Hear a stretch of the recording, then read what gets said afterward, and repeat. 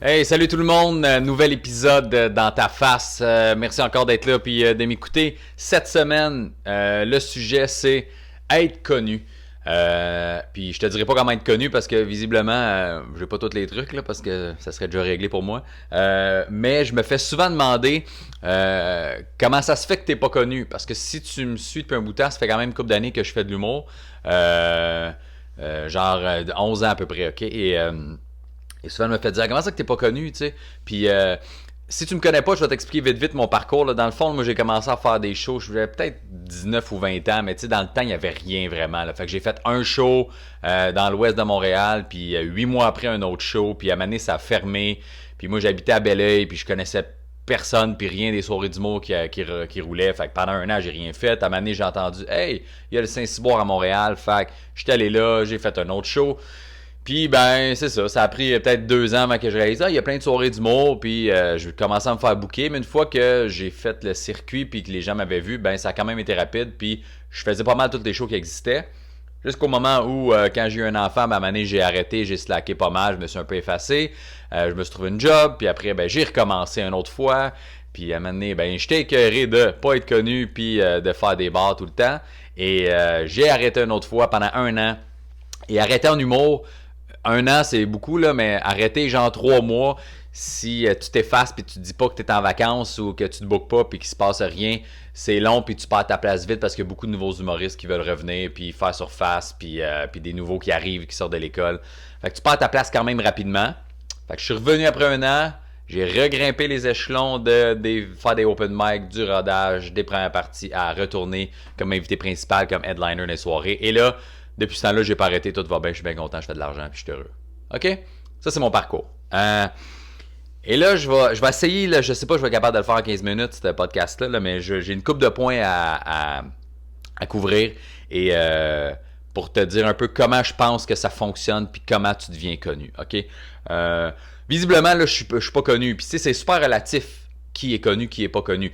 T'as les connus, genre tout le monde sait c'est qui, Jean-Louis-José, Bellefeuille, Martin Matt. Ça, c'est réglé, pas de question, tout le monde pas mal sait c'est qui. Si tu sais pas c'est qui, ben souvent c'est parce que tu viens pas d'ici, tu viens de l'Ontario, tu parles anglais, t'écoutes pas l'humour francophone, ça finit là, ok? Après, t'as le connu, genre, ah ouais, je pense que je sais c'est qui, des fois ils se trompent dans leur nom, puis ils ont fait des galas, des shows télé, ils ont animé des trucs télé, ils ont été chroniqueurs, ils ont fait de la radio, peu importe. Mettons genre un Stéphane Fallu puis un Dom Paquet. Dans ma tête, c'est des gens super connus parce qu'ils ont fait bien des affaires, ça fait bien des années, mais je suis forcé de me rendre compte que des fois, en discutant avec du public après des shows, ils font comme ah ouais, Dom Paquet, c'est lui qui. Puis là, ils se trompent dans son nom ou sa face ou de ce qu'ils pensaient que c'était, ok? Puis après, ben, t'as du monde qui roule en ce moment, là, tu sais, comme des Jay du Temple, des Kat Levac, Rosalie Vaillancourt, Julien Lacroix, Mehdi, tout ça, qui, pour la génération, mettons, moi j'ai 33, là, fait que je suis pas mal sûr, 35 moins, c'est sûr, j'irais peut-être même jusqu'à 40 moins, pas mal tout le monde sait c'est qui. Puis après, si tu montes 40 plus, les gens sont comme ah, ça me dit de quoi, je l'ai peut-être déjà vu, il fait quoi lui déjà, mais ils savent pas trop c'est qui, ce qu'ils font, pourquoi ils sont connus, puis c'est qui ces gens-là, ok? Puis après, ben, t'as le monde qui sont connus juste sur le web. T'as des YouTubers à pu finir qui ont des 800 000 views par vidéo pour faire de la merde, puis boire du vin, puis se mettre des mitaines de four, puis essayer de déballer des cadeaux ou faire des hosties de challenge de je mets des ingrédients bizarres sur ma pizza et je les mange. Fait que si t'es capable de survivre à cette vidéo-là puis de pas te tirer une balle dans le nuque, félicitations. Mais ces gens-là sont quand même connus, un petit phénomène de YouTuber. By the way, mes vidéos sont sur Facebook. Je suis fucking pas un YouTuber, ok? C'est un podcast filmé. Merci. Fait que ça, c'est ce qui arrive. Tu sais, ma fille, elle a 9 ans, puis elle capote ses YouTubers, puis je suis comme, mais c'est quoi cette marde-là? Mais qu'est-ce que t'écoutes? Puis elle écoute des Français, elle écoute des Québécois, elle écoute des Américains aussi. C'est juste des vidéos interminables, sans fond, sans vraiment de sujet, sans absolument rien, juste de faire des niaiseries puis des challenges. Mais ça a l'air qu'ils triplent là-dessus. Fait que c'est super relatif comment tu deviens connu, parce que tu peux devenir connu de toutes ces façons-là. Avant, le web, c'était moins présent, mais aujourd'hui, tu peux faire une niaiserie sur le web, puis là, il y a un buzz, puis là, tout le monde partage, puis là, éventuellement, ben du monde va comme « Ah, il est cool ce gars-là, c'est con ce qu'il fait, on le met-tu à la TV, on lui donne-tu une chronique à radio, on l'invite-tu à quelque part, et ainsi de suite, ok? » Fait que quand je me fais demander pourquoi t'es pas connu, c'est une bonne question, je le sais pas, ok? J'ai des indices, je t'avoue que moi je pense que j'ai mal géré ma carrière en deux étapes peut-être. Je t'ai expliqué mon petit parcours au début. Première étape de mal gérer, c'est que quand t'arrêtes, tu perds ta place, tu recommences au début. Pas une bonne chose, puis le monde va comme s'il a arrêté une fois, il va arrêter deux fois. S'il a arrêté deux fois, il va arrêter trois fois, puis à un moment donné, il va être écœuré, puis il va juste s'effacer. Ça, c'est ce que je pense moi, ok? L'autre chose aussi, c'est que les premières années que j'ai fait de l'humour, j'étais vraiment très trash. Si tu me suis, tu sais que j'ai pas la langue dans ma poche. Mais avant, c'était pire, ok? Avant, je faisais juste des jokes de cul, j'étais super vulgaire. Puis quand tu veux faire des trucs télé, des galas, ben tout ça, c'est souvent ça qu'ils vont te dire. Ils vont faire comme, hey, t'enlèves le mot pénis, t'enlèves le mot graine, t'enlèves les jokes de cul, tu parles pas de sexe, surtout quand t'es pas connu. Quand t'es déjà connu, puis t'as une notoriété, puis qu'ils t'ont déjà vu 4, 5, 6 fois dans des galas, puis t'es efficace, ils vont en laisser passer. Puis ça a toujours été comme ça, puis ça va l'être encore, puis ça l'est encore. Des fois, je me fais dire des trucs, hey, enlève ce mot-là, puis la télé, c'est pas génial, mais il y a d'autres humoristes pour qui ils vont laisser passer 3 fois plus de mots un peu plus crunchy ou de thématiques un peu plus crunchy pour la télé. Tu comprends? Fait que d'avoir fait ben du stock trash puis des jokes de cul au début, ben ça fait que le monde t'identifie à ça. Puis je sais parce que j'ai parlé à des gens, des humoristes, des gérants qui ont fait, tu sais, t'es tellement identifié à ça. Quand moi j'ai arrêté la deuxième fois puis je suis revenu, tout le monde était comme, ah ouais, Mike, le gars qui fait des jokes de cul, tu sais, puis j'étais efficace puis ça marchait, mais j'étais identifié au gars qui fait des jokes de cul. Fait que quand t'es dans un créneau, t'es là, c'est super dur en passant de sortir d'un créneau. Tu sais, dans les 2-3 dernières années, j'ai fait pas mal plus de numéros sur ma fille. Puis là, tu vois, je suis devenu le gars qui fait juste des numéros sur sa fille, qui fait juste parler de sa fille. J'ai d'autres numbers. Mais avant, j'étais juste le gars qui faisait du cul. Là, je te parle de d'autres choses. Là. Ah, le cul, il est plus là, mais il parle juste de sa fille. Fait que, tu sais, si je te parlais, si tu faisais 2 numéros que je suis allé en vacances puis j'aime voyager, tu serais comme, ah, c'est le gars qui fait juste parler de ses voyages. Tu sais, à un moment donné, c'est ça. On s'en sort pas, OK? Puis pense à n'importe quel humoriste que tu connais, tu es capable d'identifier un style puis une thématique à chacun des humoristes, OK? Fait que, de la façon que tu l'as connu ou pas. Bref, te parle. Ouais, c'est ça. J'allais caler des noms, mais je ne vais pas caler de noms. Fais tes propres conclusions, là, tu sais. De toute façon, c'était pas méchant, là, mais c'est juste de. Pense à un humoriste que tu connais. Tu fais comme, ah oui, lui, c'est le dude qui fait ça. C'est la fille qui fait ça. C'est la fille qui parle de. C'est le gars qui parle de. OK? L'autre point que je voulais couvrir aussi, c'est. Avant d'arriver un peu à conclure ça, là, dans le fond, c'est que. Tu sais, au Québec, c'est un microclimat, l'humour, OK? Là? Tu parles à des humoristes français, puis ils capotent à quel point on est capable de gagner notre vie dans une petite province. La province est grande en termes de territoire, là, mais tu sais, on est la seule province francophone, puis le milieu de l'humour est super lucratif. Puis tu sais, moi, tu me connais pas, puis je gagne très bien ma vie. Je te montrais mes T4, tu fais comme, ah ouais, Chris, on sait pas t'es qui, puis tu fais cet argent-là. Comme plein d'autres humoristes, comme des gens que tu connais pas non plus, vraiment, qui roulent, là, tu sais, des Marco Métivier, des Alex Roy, tout ça, qui gagnent super bien leur vie aussi, tu sais, puis que les gens, c'est comme, ah, je sais pas c'est qui, tu sais. Simon Delille aussi, des gars de même, tu comprends? Bon.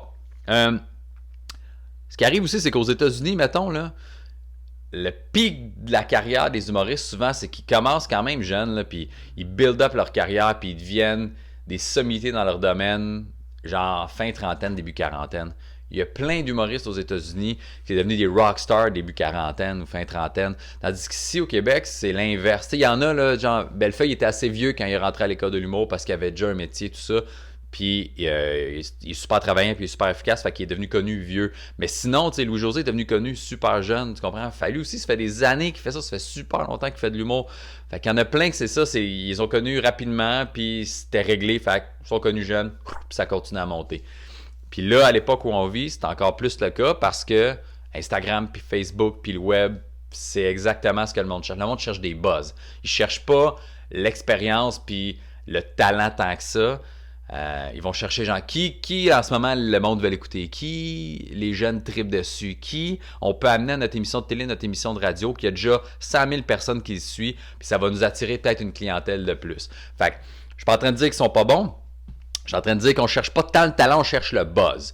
Parce que prends 5 personnes qui sont vraiment efficaces puis qui ont un bon following sur le web, que ce soit sur Instagram, sur YouTube, sur Facebook. Puis prends 5 personnes qui sont pas super connues. Mettons, moi, j'ai 7500 personnes sur ma page Facebook, puis 3000 sur Instagram. Là. Prends des gens de mon niveau de following, mettons, là, puis fais des auditions, puis casse-les deux honnêtement. Puis c'est pas parce que les autres sur le web sont connus qui sont plus efficaces que ceux qui ne sont pas. Parce que la majorité des gars qui sont pas connus, des filles, ben souvent ils ont juste plus d'expérience, plus de bagages, sont encore plus à l'aise même. Fait Fait que c'est du pour et du contre, tu comprends? Mais c'est ça qu'on cherche. Puis tu peux m'obstiner avec ça là-dessus. Je sais qu'il y a des humoristes qui l'écoutent, mon podcast. Il y a du monde un peu du milieu aussi qui l'écoute, là, parce que j'ai eu une couple de commentaires. Mais moi, je me l'ai fait dire par un gérant que je nommerai pas, mais peut-être qu'il écoute. Là. Lui, il m'a dit, tu sais, moi, j'avais déjà demandé pourquoi tu me signes pas. Puis il dit, ben, ça fait longtemps que tu fais de l'humour. T'étais identifié à des jokes de cul. T'as arrêté 2 fois. Pourquoi je mettrais du temps si peut-être tu vas arrêter encore? Et il dit, moi, en ce moment, je veux quelqu'un qui est à l'aise sur le web, qui a bien du monde qui le suive, qui est jeune, puis qui peut juste facilement monter, puis qui n'a pas déjà pris des mauvais plis. Tu comprends? Fait que c'est ça, là. C'est un peu, ça résume un peu ce qu'on cherche, tu sais. Puis si tu t'intéresses vraiment, si t'es un geek d'humour, puis tu t'intéresses vraiment à l'humour, mais aux coulisses de l'humour un peu aussi, tu vas te rendre compte qu'il y a bien des boîtes de gérance, que c'est ça, tu sais, qui vont pas signer un gars qui a du bagage, puis de l'expérience, puis du vécu, ils vont pogner le petit newbie rapide, que ah ouais, lui, il a un petit buzz, le monde le trouve le fun, lui. On le signe. Il a fait 4 shows dans sa vie, mais asti, non, il y a de quoi de nice avec lui, puis on essaie de le popper, tu sais. Fait que ça, c'est la tangente versus les États-Unis, tu sais, c'est un peu différent là-dessus, ok? Je voulais parler de 2 autres choses aujourd'hui, ok. Ah ouais. Ça, c'est un autre point aussi, en lien avec être connu. Moi, je me suis toujours fait dire, avant le web un peu, ok? Pas, tu sais, genre, je sais que Facebook, ça fait quand même depuis genre 2007, whatever, 2006, ça existe, là, mais avant que ça devienne comme une façon tant que ça d'être connu, là, surtout au Québec, tu te faisais dire, travaille fort, sois efficace, rode tes shit, puis ils n'auront pas le choix de te prendre, tu vas tellement être bon, mais on va parler de toi qu'ils vont te prendre. Je pense que c'est ça que j'ai fait. Je pense qu'il y a plein d'autres humoristes pas connus qui ont fait ça aussi. Qui ont fait des galas puis tout. Puis ouais, je vais juste revenir vite avant de continuer ça. Je parlais que c'était relatif d'être connu. T'sais. Moi, j'ai fait, l'an passé, 2018, j'ai fait mon premier gala Juste pour rire, gala comédia, des traits d'humour, des comédie clubs là, qui ont passé à Canal D, à V, là, c'était à Unité depuis une couple d'années. J'en ai fait je sais plus combien. J'ai eu un petit rôle à mener dans 30 vies. J'ai fait un petit rôle d'un pêcheur. J'ai fait 4 pubs, je pense. J'ai fait de la pub. Fait que, tu sais, c'est très relatif que tu sois connu. J'ai fait le show à Mike Ward à Musique Plus aussi comme chroniqueur. Fait que j'en ai fait des shit télé, tu comprends? Mais encore là, tu sais, faut que tu suives un peu ces affaires-là. Tu sais, ma mère, elle m'a jamais vraiment vu dans ce que j'ai fait parce qu'elle écoute pas nécessairement les postes de télé ou les trucs dans quoi je joue dedans parce que c'est pas quelque chose qui la touche nécessairement. OK? Fait que c'est pour ça que je disais que c'était vraiment relatif. OK? Après, où je voulais en venir avant de couper puis de revenir à ce moment-là, c'est que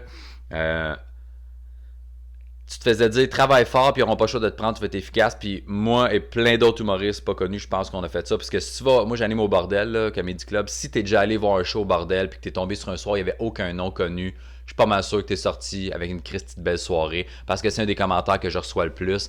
Hey, on vous connaissait pas, c'était malade, j'ai vu des shows avec du monde que j'ai payé des billets 40$ puis j'ai eu bien plus de fun à soir pour 20$. Fait que tu sais, c'est ça, on a de l'expérience, on a du bagage, on a, tu sais, je te le dis, là, des Didier Lambert, des Simon Delay, là, des Alex Roy, des Steph Poirier, tout ça. On travaille fort, on en fait en crise des shows, là. On est vraiment tout le temps sur scène. Fait que il n'y a pas grand-chose à notre épreuve. On a fait des conditions de merde. J'ai joué dans des clubs de danseuses devant 4 danseuses puis 6 clients qui n'en ont rien à foutre que je compte des jokes pendant 1 heure. Fait qu'on est bulletproof, tu comprends? Mais on n'est pas connu.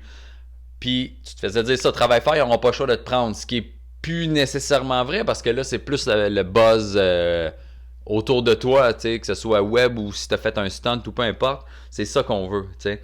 Il y a des shows télé maintenant, puis des galas maintenant. En fait, justement, c'est de plus en plus ça. C'est plus une personne qui décide pour les invités du gala ou du show. C'est les animateurs qui ont des cartes blanches. Fait que là, les animateurs font un de mes chums, un autre de mes chums, une de mes amis, blablabla. Bla, bla, bla. Fait que là, ça fait que des fois, je fais Chris, ben, j'aimerais ça, ce show-là. Puis là, je check les animateurs, puis je fais ben, je suis pas ami avec ces gens-là vraiment. Parce que je me concentrais à être efficace, puis travailler, puis je reste plus tant que ça après les shows, prendre des bières, puis jaser, puis chiller, puis être chumé avec les boys, tu sais. Fait que, c'est-tu de ma faute, c'est pas de ma faute, c'est-tu concours de circonstances? Bonne question, je sais pas, mais je sais que même si je m'enlève l'équation, je suis pas le seul à vivre ces affaires-là, ok? Dernier point que... dernier point que je voulais aborder, je sais pas si ça fait combien de temps que je suis là, mais dernier point que je voulais aborder aussi, en lien avec être connu, c'est que quand tu arrives à des trucs pour la télé, mettons, tu sais, j'ai auditionné pour des affaires, pour des chroniques télé, pour des shows qui existent déjà, autant aussi pour des galas où là, tu sais, il y a de plus en plus de spectacles, plus en plus de shows télé qui invitent des humoristes, puis c'est genre, tu sais, comme mettons l'open mic à V, là, tu sais, c'est un animateur, c'est ces chums qui sont là. Il va en avoir de plus en plus de même à tout TV aussi, je pense qu'ils ont fait ça le 22 minutes de. Fait que, moi, en ce moment, des fois, on se fait dire comme on sait pas trop c'est qui Mike, on n'est pas sûr c'est qui Mike Baudouin, il a fait quoi, c'est qui. Fait que tu sais, faut qu'ils grattent pour trouver parce qu'ils connaissent pas, ok? Puis ces gens-là réalisent pas, les diffuseurs en fait, là, réalisent pas que c'est eux qui font que les gens sont connus. Okay? Prends n'importe quel humoriste, là, parce que je suis humoriste, fait que je vais parler de ça, mais prends n'importe quel humoriste ou chanteur ou comédien, whatever, qui est pas connu, puis donne-lui un spot télé, laisse-lui lui prouver qu'il est efficace et qu'il est bon, puis après, remets-le à la télé, ben, il va être efficace, il va être bon, tu vas le voir de plus en plus, puis là, il va devenir connu. C'est un cycle vicieux, là, tu sais. Plus tu me mets à la télé, plus je vais me faire voir, plus je vais être connu. Moins tu me vois, moins tu vas me faire voir, moins je vais être connu. C'est la même affaire que quand tu avais 16 ans puis tu as eu ton numéro d'assurance sociale, là, puis là, tu n'avais pas un CV avec aucune style d'expérience. Puis là, tu allais voir des employeurs, puis tu voulais travailler, puis tu étais comme, garde, je peux pas t'engager, tu n'as pas d'expérience. Puis là, tu étais comme, mais oui, mais si j'ai pas d'expérience, puis personne ne m'engage parce que j'ai pas d'expérience, je serai jamais engagé nulle part. Il faut qu'à un moment donné, quelqu'un te donne ton break, puis que ça arrive. Puis c'est un peu ce que les diffuseurs ne font pas. T'sais. J'ai auditionné pour un truc qui passe à la télé en ce moment, qui a bien des humoristes dessus.